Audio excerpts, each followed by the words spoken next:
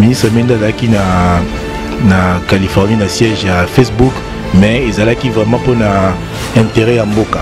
Arrêter signer qu'ils a pour na intérêt à Mboka, mais tout ce que na masolo anate à solo là qui également masolo étali connectivité. Donc comment Facebook ou Alinga ça là va faire parce qu'à me rendre compte que avenir il y a Facebook et ça à l'étranger ou qui quoi que ça là construire peut partir à venir na Congo, comment que booster la construction d'infrastructures pour la réduction et la fracture numérique et puis pour encourager la connectivité. Toute la majorité, ça veut dire que tout ça en cas de politique, mais en même temps tout ça en cas de gestion. Donc nous ne sommes pas là pour faire de propositions, nous ne sommes pas là pour gueuler, nous sommes là pour exécuter un programme pour lequel le président de la République a été élu. De Facebook, mais la finalité c'est quoi? La finalité, ça serait d'éviter de couper Internet.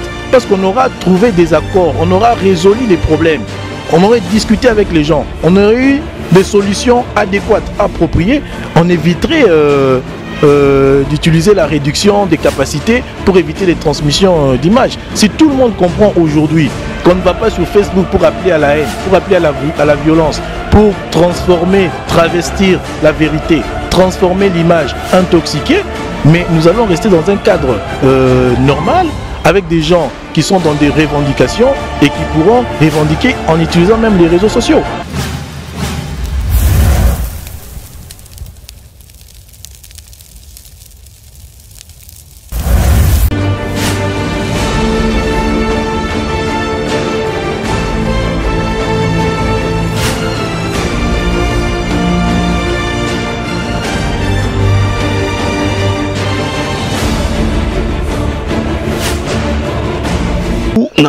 L'union surtout il y a presse en ligne, donc c'est-à-dire bateau batal arabi sur internet bateau yo bolukaka boyeba nini ezole kalambo kanabiso malgré bozozwa ba possibilité te ba tente ya roya na mboka Congo mais ndenge boyebi lelo ndenge ka to salaka entretien du jour ce qui te sang ici mangala na français et que Akimba Zalaka Eva Liquide pas Zalaka les lots zana Eva Liquide autres bon on a concert en matière de communication il y a ministre la biso et son excellence la mère Mende Bakuto Sola moi mon laïc la Eva Liquide. Merci beaucoup Freddy Akimbe na bandlandinyo so ya émission Oebo Messan Rolanda Bisso.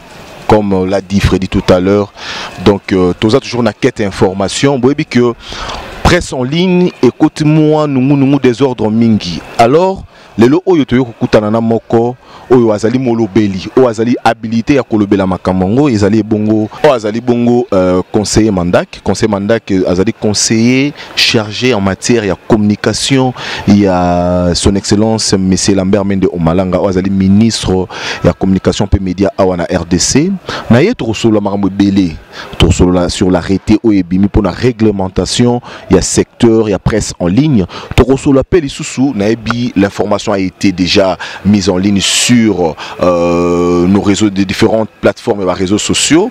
C'est au juste 200 Oyo Basalaki na siège à Facebook. Pourquoi ils ont été là-bas? C'est avec le conseiller Mandak. Sans plus tarder, bonjour monsieur le conseiller. Bonjour Ndeko. Oui, madame na plateau. Merci de l'invitation. Invitation. Conseiller. Nama mukie na nous ya moto kota na nous vraiment na mama na likambo ndenge zali pour na yo presse en ligne ezanimi. Presse en ligne ils a déjà défini na loi ya juin 1996 parce que par rapport à fonctionnement il y a liberté na expression il y a la presse donc ils a défini là-dedans ils a utilisation bateau bada ko utiliser traitement, il y a information, puis diffusion information là, il y a utiliser canaux, il y a fibre optique, topé, faisceau, hertzienne. Donc la loi a bien défini c'est là, la loi de 1996 et Busso arrêté au ministre a signé pour réglementer presse en ligne et répondre à la loi wana il y a 1996. Arrêté en gros. Donc réglementer les médias en ligne. Arrêtez un lobby au ministre a signé déjà pour réglementer Ango, ce que arrêter Ango et solo ba nini. Arrêter Ango et puis ba meso Ango zalandenge nini. Donc na arrêté ministre Moutazali autorité réglementaire. Arrêter et lobby clairement que les médias sont en ligne. Il faut se faire enregistrer. Parce que si il y a un fonctionnement, il y a la presse, les médias, presse écrite, tout ça, radio, TV et tout. Avant qu'on exerce, tu vas passer préalablement na avis favorable au Eutaka et pas un ministre. Mais avis favorable, on a un ministre appelé Sarango sous base, il y a des éléments. Donc, il y a une liste, il y a des éléments et permettent d'identifier les gestionnaires, il y a organes, acte et sali création, il y a société nabango, identité, siège et puis na grille des programmes pour na radio, TV. Donc il y a tous ces éléments déposés au niveau du ministère qui permettront au ministre de donner l'avis favorable pour permettre na médias et exercer. Donc avec l'arrêté, parce que avant ils allaient quitter. Médias en ligne et belé ça s'est créé, oui que namboka lelo toujours passé na 3G, toujours quand on a 4G, 4G l'ingoloba plus de vitesse, 4G l'ingoloba que même prix, il y a connectivité, il y a connexion et kokita. Donc il y aura plus de monde connecté sur internet et impérativement le gouvernement d'Azako Bunda pour réduire fracture numérique. Donc tu es passé à 3G, de 3G à 4G et ça na au gouvernement la construction il y a backbone national, na fibre optique où ils ont connecté à partir à point d'atterrage il y a moins et ça gouvernement de Moutaza pour investir donc projet Cap 5 qu'il faut qu'on interconnecter différentes provinces Yamboka à travers fibre optique et ça gouvernement des autres travailler gouvernement a travailler bon pour réduire fracture numérique pour qu'il y ait plus de gens connectés sur internet. Alors autant le gouvernement travaille pour la réduction de la fracture numérique, autant il travaille pour réguler les médias qui vont utiliser ces canaux pour fonctionner, donc les médias en ligne et les réseaux sociaux. Frédéric Kimbe. Voilà, on a Toyoki conseil n'enga lobby, mais et là au moment où on a yoki l'autant au lobby comme il y a fibre optique, bobanda yango kala, banda vraiment kala, oyo congolais sepela qui bino, en tout cas il y a internet na Congo, tout comme na face, tout comme na facilité moroboye. Jusque là, nous avons suité et n'aba pas si sous ya ba connexion na biso ki sasa awa o lelo ezalaka bato basumba ba méga ba giga wana et ça et semblera difficile pour regarder des vidéos, difficile pour les appels et puis naba message audio par rapport il y a ba fibre optique wana conseiller tout comme à niveau nini. Non, mais déjà, Yomoko en tant qu'utilisateur, il y a un réseau utilisateur, il y a connexion internet. On remarqué bien différence parce que Ertozaki n'a pas exploitation à licence deuxième génération, Ozaki n'a même vitesse que vitesse Oyo, où utilise Kalango les lots pour diffuser na média en ligne na yo ba vidéo. Donc il y a plus de vitesse. Alors les lots tolongo na 3G Tokoti na 4G. Ngana si na participé qui na ba test il y a 4G et pas ba opérateur ou ba salle acquisition il y a licence d'exploitation et il y a plus de vitesse, mais en même temps aussi sur le plan il y a prix. Yomoko en tant que consommateur, ou qui même copie sa réponse, a remarqué que bah prix eza kokita progressivement au tozo kota nakati ya haut débit, pe na très haut débit, bah prix eza okita. Les locaux tout baomi côté quand même ezote comme nenga unité te, siko baomi côté quand même bah mégabyte directement. Donc tu as un coût, un montant au bas pesio bah mosoko sombi boé aux yeux autant de mégabytes. Donc tout ça ezo là qui sa progression, il y a musala o ezo salema. Il fallait d'abord tous à la connecter na câble international. mais la biso au débit. Alors RDC est connecté na câble wax à partir de Mwanda. Et connecté na câble Mwanda, il y a Mwanda, il fallait maintenant transporter cela Mwanda jusqu'à Kinshasa. Donc tracé et salemaki. Fibre et l'équine zelawana tina Kinshasa. Mais na Kinshasa pour distribution salema, il fallait qu'on construire un réseau na niveau à Kinshasa. Donc un réseau interne, le bac un ring interne. Et puis qu'on construire si qu'on a niveau Yamboka Mobimba.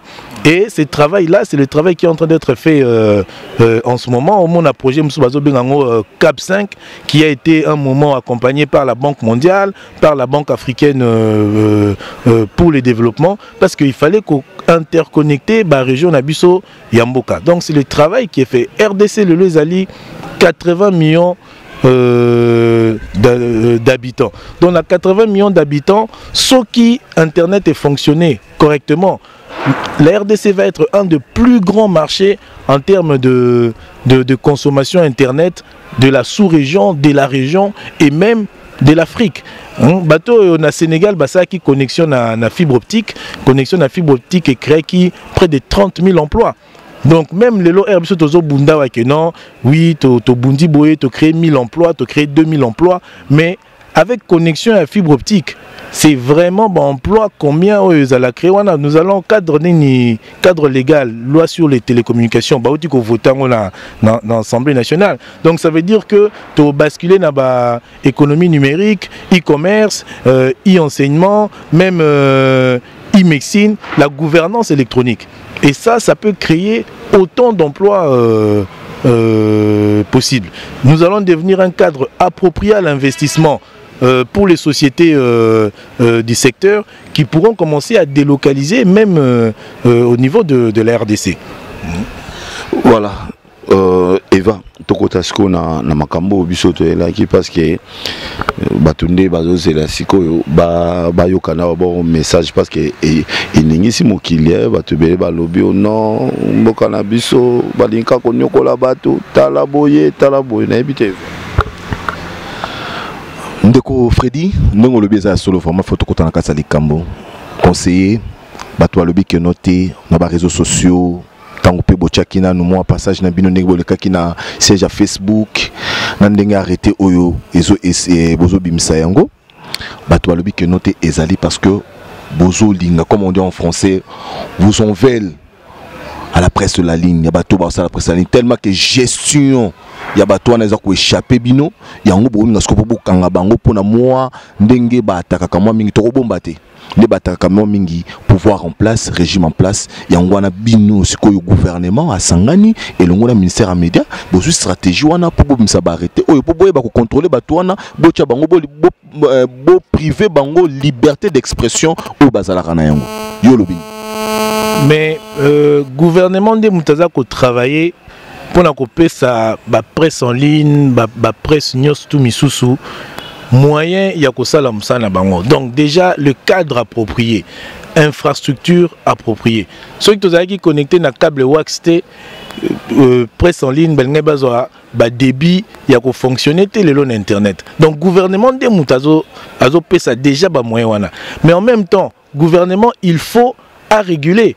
Déjà même pour les journalistes bango moko. Le lokomi Moutafani nandaku amoni que gouvernement sali que internet et kiti, amoni que gouvernement sali que haut débit et vitesse et comme internet. Bon, à sali acquisition ba matériel naé à créer TV naé moko boye à comme journaliste. Alors que Moutouana za outillé azana ni déontologie ni formation ya aux journaliste. Donc déjà pour na ba journaliste bango moko il faut ala esengo que gouvernement a réglementé secteur wana pour na séparer ba journaliste oya solo na ba mouton noir ndenge ba binomo bomi benga kuna na voilà ndé binomo bomi benga kuna na métier na bino. Mais si ko koloba que non toke na Facebook parce que tolingi to contrôler et puis tolingi to ça là que to banda ko sanctionner ko kanga ko réduire liberté, ça c'est faux.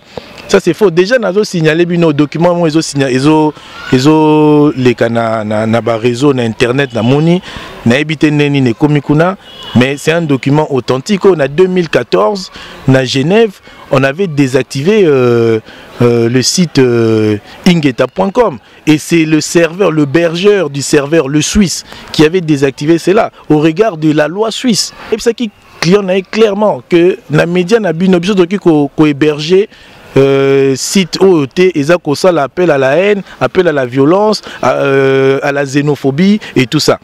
Donc, Bazaïk est obligé de recadrer ligne éditoriale na bango pour que Hébergère a réactivé bango. C'était déjà en 2014, on n'était pas encore allé chez Facebook. Nous sommes allés chez Facebook, le ministre Mende est allé chez Facebook sur invitation de Facebook. Ça, il faut aussi souligner, c'est exceptionnel. Parce que na Facebook, généralement... Ah, bino bozo, c'est sur invitation, mais na baline, bazo, ke binonde, gouvernement, a tindi bo kende, boye, ba o, il y a na Facebook, po boye, ba ko kangane, ba toana. Non, nous avons l'invitation. Pour bouger, pour que le Premier ministre ait sa ministre autorisation à signer ordre de mission, il faut sous-basmer ça. Sous-basmer zali invitation et zali au Facebook. Et ça c'était exceptionnel parce que Facebook va inviter à Batouté.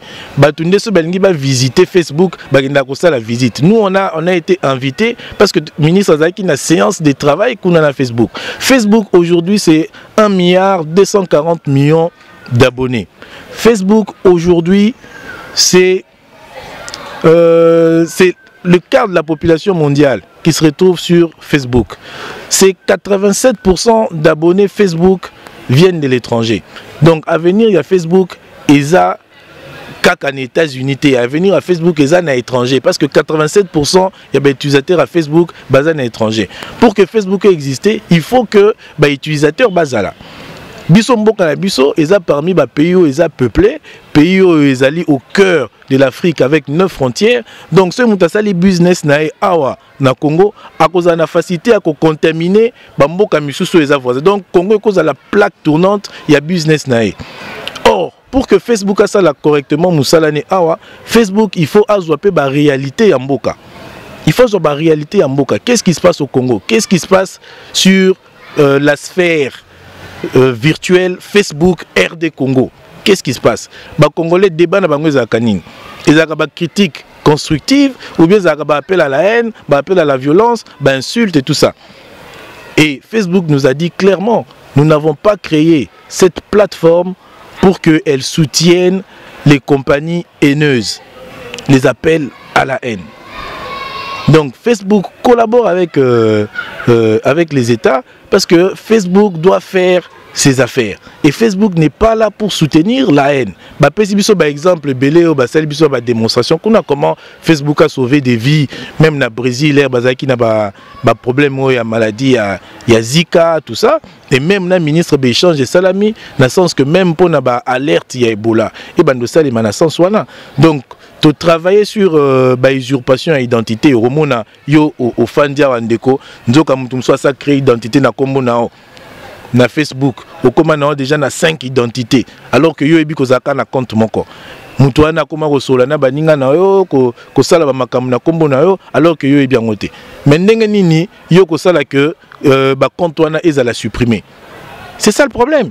Facebook n'a pas un bureau ici, n'a pas un siège ici. Vous allez vous plaindre comment? Donc il fallait tout travailler sur la modalité Nyoswana pour que Facebook a la facilité d'implantation, mais en même temps à comprendre la réalité en Mboka et puis à répondre positivement à des soucis, il y a ban Mboka. Il y a des comptes usurpés, ça. Ils ont déjà réglé, tout comme déjà réglé à niveau à ministère, mais ils ont compte. Il fallait passer maintenant au contenu, parce qu'il y avait des contenus de la haine. Conseiller Toyoki, tu as une page à Facebook, Ndeko Freddy na opeso maloma muke mutuna yemba mbangu. Bokei na Facebook. Bolobi ezali sur invitation bokomi kuna qui voit Facebook congolais à monaka mbongo, à monaka affaire pour moi auto souligner awa. Alors to lingi to yeba na ba échange oyo ministre son excellence Lambert Mende Malanga ba salakina patron à Facebook. Toki koyeba ata moko mibale to boyi o c'est que nous a ba secret d'état moi secret nanu eboma nanu o c'est moi moko mibale pe avantage nini oyo peuple congolais à cause yango na soki lelo oyo Facebook aye na mboka oyo en terme ya mopata sine balba mbongo na kati ya mboka awa. Bon alors et là il faut que déjà ministre Menda Kindai na Facebook ezaki 4 jours après signature, il y a arrêté Naé, il y a réglementé les médias en ligne. Alors, total les médias en ligne, total les réseaux sociaux, et on sait que Facebook a beaucoup d'utilisateurs ici au Congo. Alors, quand on veut réglementer les médias en ligne, impérativement, on pense aussi aux réseaux sociaux. Et quand on pense aux réseaux sociaux, il est important de discuter avec Facebook. Parce que Facebook n'a pas que Facebook, Facebook a aussi WhatsApp. Donc il fallait réglementer cela. Le ministre a dit échange na Facebook, na cadre, il y a arrêté Naewana, il y a Signaki, mais en même temps aussi, na loba na bilan que Facebook pour exister, il faut Batubazala connecté. Il faut Batubazala en Internet. Si Batubazala en Internet, Facebook business n'a pas été. Alors maintenant, le Congo, c'est 2 345 000 km². C'est grand, c'est énorme. Donc même quand on fait les déploiements de la fibre optique, il y a des reliefs. Donc par rapport à la densité à Congo, il y a des reliefs. Et que même à niveau de fibre optique, donc il va falloir recourir à des satellites. Et en même temps, il faut mobiliser les opérateurs. Donc Facebook est déjà dans des projets de connectivité. Donc ça veut dire que si Facebook travaille avec le gouvernement de la RDC, travaille avec les opérateurs congolais du secteur, Facebook apportera aussi sa contribution pour la connectivité. Et la connectivité veut dire quoi? Veut dire plus d'Internet. Et plus d'Internet avec la loi des télécoms aujourd'hui, lorsque nous basculons dans les e-commerce, nous basculons dans l'économie numérique, dans l'enseignement en ligne. Ça, c'est l'impact pour les Congolais. Nous avons parlé également de ça. Le ministre a échangé sur ces questions avec Facebook et nous avons eu des engagements clairs de la part de la plateforme, de la société sur ces questions. Frédéric Kimbe. Voilà, Nakolanda conseiller, Namakamba lobby. Nathalie maintenant nous sommes na place au lobby Facebook pour à vivre il faut montoise à la connecter. Mais na kumbo kanabiso ba congolais ba lila moi mingi ce que commis pardon ce que commis na tango ya makambo ya likana kisasa ba problème ya likaka oyo ba marche ba ni gouvernement congolais a kati connexion aux connexions que les cas-soutés peuple congolais éviter par rapport à ko batuba publier ba photo batuba publier ba image batuba pesa ba information oyo ezoleka na Congo pour na likambo na Olobani. Mais France 24 a ça la émission Mobimba sur Makambo Zoba. France 24 Zabisoté. France 24 c'est la France. Donc c'est tout ce que vous voulez, l'une des plus grandes démocraties, l'une de tout ce que vous voulez. France 24 c'est la France. Mais France 24 a ça l'émission Moko intox aux réalités. Et puis Azui Kaya RDC na era ba manifestation. Otomoni ba image ya batu ba kufa na Madagascar na ba catastrophe, ba publier na ba réseau en disant que on massacrait les gens au Congo et qu'il fallait agir. Bazui ba image ya batu ba kufa na explosion moke salema na Brazzaville kuna ba komi RDC, voilà la police est en train d'assassiner les gens et tout ça comme ça. C'est pas la RTNC qui a fait cette émission. C'est même pas une chaîne congolaise, c'est France 24. Donc la France, intox ou réalité. Donc clairement, on avait compris qu'on était en face de l'intoxication. Mais pourquoi se retrouver en face de l'intoxication? Pourquoi intoxiquer les gens lorsqu'on est dans les revendications? Donc ça veut dire que Bato Bandeko Salango, Balingaki soulèvement Moussousou, ampleur Ezoa, ampleur Moussousou par rapport à la revendication politique na bango o bango bazaki nango o esale que population azaki mobilisée pour naba nani ba revendication na bango pour ezalaki netté. Alors il fallait passer à autre chose. Il fallait maintenant intoxiquer les gens, il fallait manipuler l'information et ils sont entrés dans ça. Mais le gouvernement a la responsabilité naé que non, il faut réduire nani ba capacité à utilisation internet. Mais mon frère, c'est pourquoi? C'est pour sauver des vies. C'est pour maintenir, mais bien sûr, rien n'est plus grand qu'une vie. Rien n'est plus grand qu'une vie. Parce que les lots RIO ont intoxiqué Batou. Batou Bazu ba Pelissimoto, alors que ce n'était pas le cas. Mais on va compter des morts. on va compter des morts, il y aura la casse lorsqu'on est en train de se déployer pour stabiliser l'économie, lorsqu'on est en train de travailler pour être un cadre approprié à l'investissement. Aujourd'hui, quand on voit dans ce pays une société comme Orange, Orange c'est la France officielle. Donc Orange ne vient pas dans un pays qui n'est pas crédible. Donc si nous sommes arrivés à ces niveaux-là, d'avoir la France officielle, France Télécom, c'est une société française, la France officielle Orange, dans ces pays, c'est parce que nous travaillons pour l'image du pays, pour améliorer les cadres d'investissement, pour offrir aux gens un cadre approprié à l'investissement. Et vous voulez détruire tous ces cadres pour des revendications qui ne sont pas fondées. Et lorsque la population refuse de vous suivre dans vos revendications, vous passez à la manipulation, à l'intoxication. Vous transformez la vérité, vous transformez l'image. Donc jusque-là, le fait que l'État, que le gouvernement ait pris ses responsabilités pour intervenir dans la réduction de la capacité Internet lorsqu'il y a des mobilisations comme ça, mais n'a été que positif pour le Congo. Ça n'a été que positif pour le Congo. Voilà, d'après eux. Non, pas d'après Ngaï. D'après ce que nous vivons, il n'y a qu'une seule réalité. Mais bateau, consommateur, tisa réseau, on dit la yo le big obino, diminaka, fausse information, batamabe et tout, mais bateau bazo travail. Bazo kota masolo wana bazo tala ke no mboka na biso zakande nini bokati bomoni France 24 a lobeli yango bokomi ko diminuer vitesse. France 24 a lobi na sens il y a intoxication. Tu vois que na ba manifestation ça les maka na RDC bakendaka na intoxication par moment. Vous voyez, mais si ko bateau bazo utiliser internet oyo okiko bakeno ba cause na ba préjudice, c'est peut-être ceux qui sont dans les business internet, les banques, tout ça, mais tout ça a été réglé. Il y a un autre qui réduire la capacité d'utilisation, de transmission, d'image dans les réseaux sociaux et tout qui internet business fonctionner. Mais dans le même sens, il faut que saluer approche du ministre Mende, approche de ça que a signé arrêté portant réglementation à la presse en ligne, a sali déplacement de Facebook. Mais la finalité c'est quoi? La finalité, ça serait d'éviter de couper Internet. Parce qu'on aura trouvé des accords, on aura résolu les problèmes. On aurait discuté avec les gens, on aurait eu des solutions adéquates, appropriées.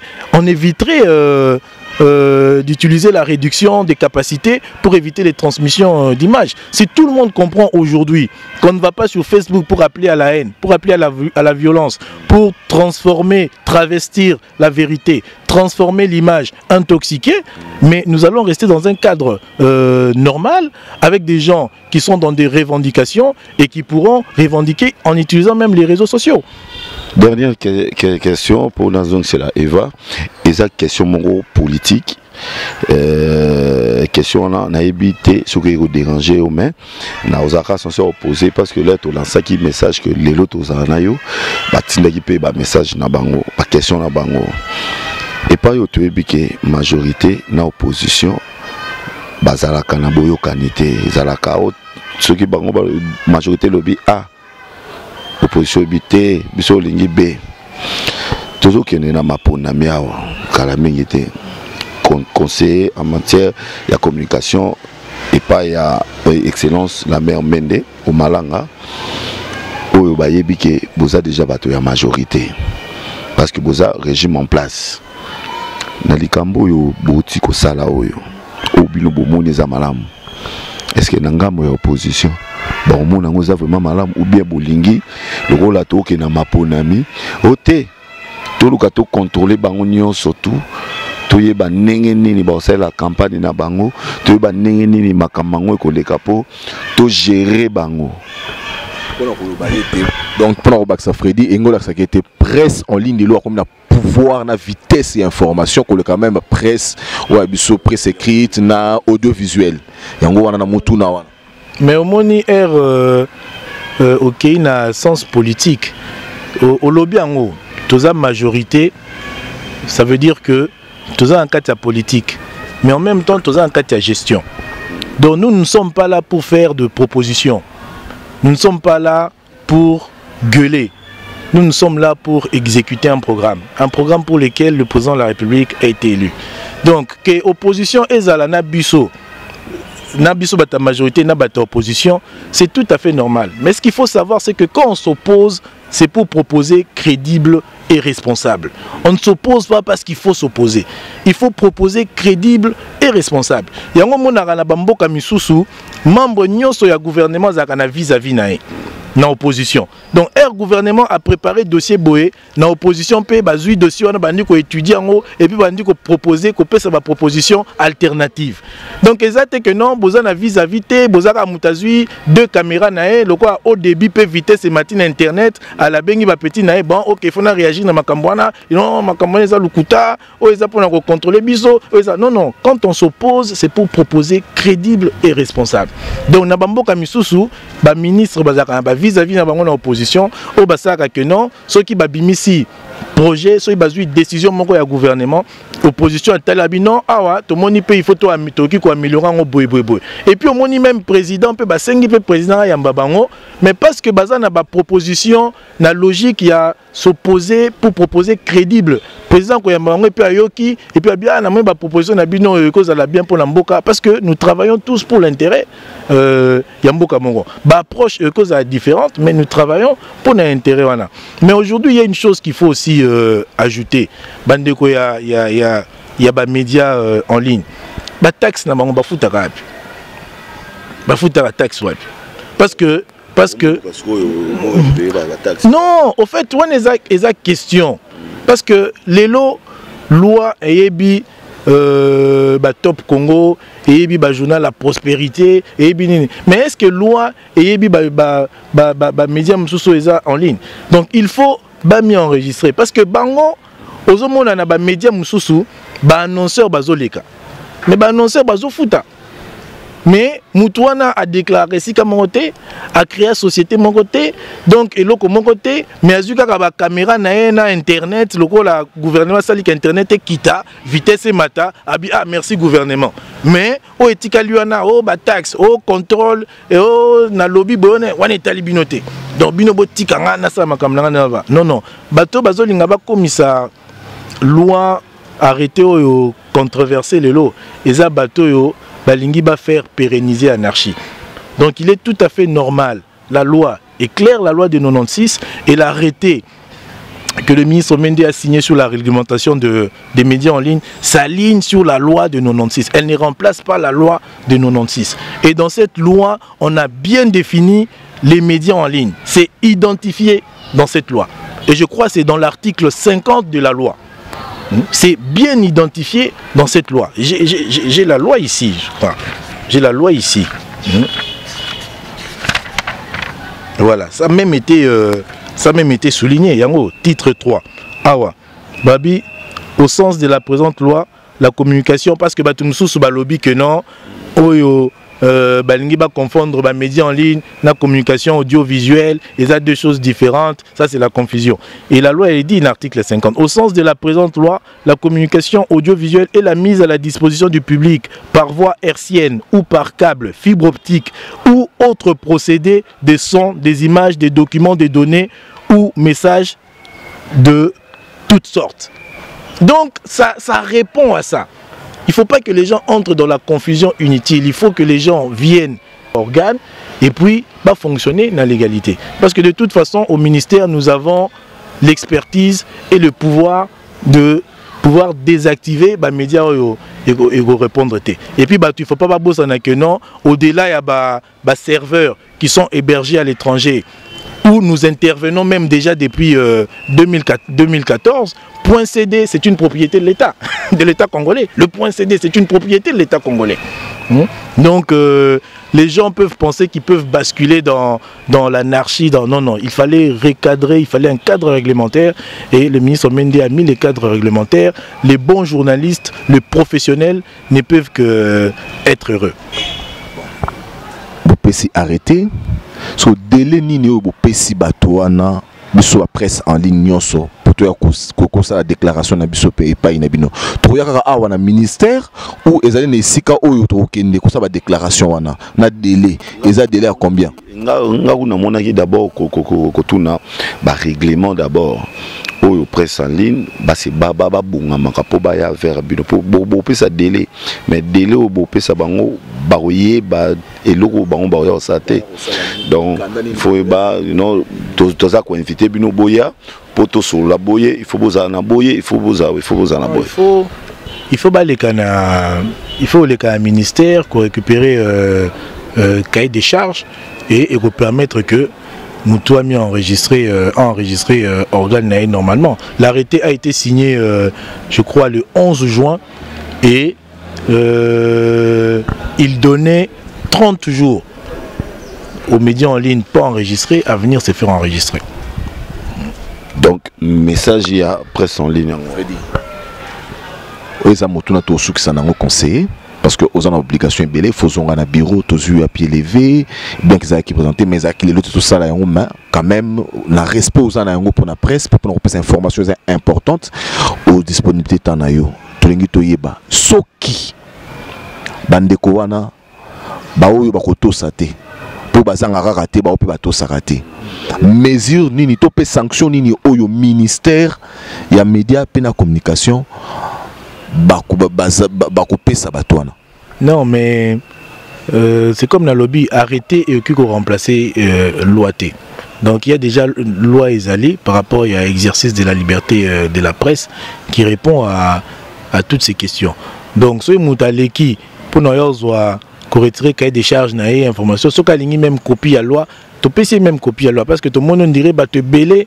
8 ans à loi wanate même journaliste donc journaliste il faut attendre à la profondeur mais ce baillé retirer cahier des charges ou aligner même copie à loi à 1996 tu peux même copie à loi à 1996 mais ici ce qui est vraiment à retenir c'est que les professionnels les journalistes ne peuvent que s'estimer heureux d'avoir ces cadres de réglementation parce que Moutounio soit comme qui combien improvisé journaliste alors il va quitter journaliste atteindre classe à dépenser énergie nae concentration nae temps nae et puis finalement Moussou pas Kobima non nae na les cas na classe de journaliste citoyen et puis bon donc en tout cas l'arrêté permet de faire la différence de tout ça quoi.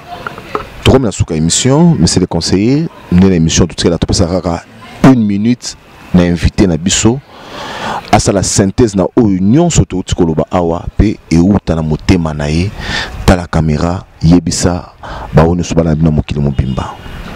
Bon, en tout cas, merci pour l'opportunité au Pessinga Lelo. C'est que le qu'on a Saka Bandeko, il faut garder sérénité na bango, tika nakati il y a réflexion, il y a solo. Ministre Menda qui na Californie na siège à Facebook, mais ils ont qui vraiment pour intérêt à Mboka. Arrêter à signer qu'ils ont pour intérêt à Mboka, mais tout ce qui est na masolo anate, à solo là qui également masolo étali connectivité. Donc comment Facebook ou Alinga ça là bas faire parce qu'à me rendre compte que à venir il y a Facebook et à l'étranger ou qui quoi ça là construire peut partie à venir na Congo comment ko booster ba construction et infrastructure pour la réduction il y a fracture numérique et puis encourager connectivité. Donc bandeko pas garder sérénité na bango moi la Mboka Lambert Mendy travaille pour intérêt à Mboka déplacement à Salemaki pena Sansouana c'était un long voyage mais c'est un voyage qui va avoir des retombées qui aura des retombées le plus rapidement. Voilà tout côté les mains monsieur le conseiller. Merci beaucoup, merci d'avoir disponibilité de votre temps. Merci de m'avoir vraiment que ça ne soit pas la dernière. Ça c'est votre plateforme, il y a chaîne en ligne. Oui, qui va s'enregistrer. Oui, bien sûr, notamment. Voilà, Freddy, nous pouvons que vous dire merci. Merci. Ok, merci, vous pouvez partir et nous on termine l'émission. Ok, merci. Voilà Freddy Akimbe, je pense que Bandekono Sobayoki, déclaration Ndenge Salemaki. T'es comme na problème site internet c'est comme vraiment un problème to senga na banderonyo so ba site internet nyonso ba enregistrer parce que ezama BT ezali pe pona ko sécuriser biso webis moi sécurité webi mo za na ba problème ebelé na ba manifestation minene poto côté comme rapasi et comme la biso belé to ko ko na rotanga yango awate ba reconnaître biso te alors et au sein ami vraiment to s'enregistrer pour na le coup na biso plutôt to valoriser musala to sala ka ezali musala moko noble cher ami internaute notre bolanda biso musala oza vraiment noble ezali musala o que notre musuba bala awa musuba lesa mabota na bango awa ba koma pe bien parce que ezali musala lokwa musala nyonso alors bokene vraiment ko s'enregistrer bozo biso rigueur te na Freddy Akimbe bokolo bakeno te to komi na ngambo to komi boite ezali nde information journaliste azana kati toza na pouvoir te toza na opposition te tozali pe na société civile tozali wana nde pona ko pesa bino information étant donné que tozali quatrième pouvoir ngai na moni Freddy Akimbe ngaku naza eloko loba te poso na lobby kaka ba loba o Akimbe yo pozo soutenir en tout cas soko tanga te ngoyo kota effacer ko kota ina luka oye ko la déjà aux en papier pour cahier des charges wana yaya. Merci beaucoup na bino nyonso tout au bolandi biso na Force TV 243 tokutani na Oilandi. Merci. Allez.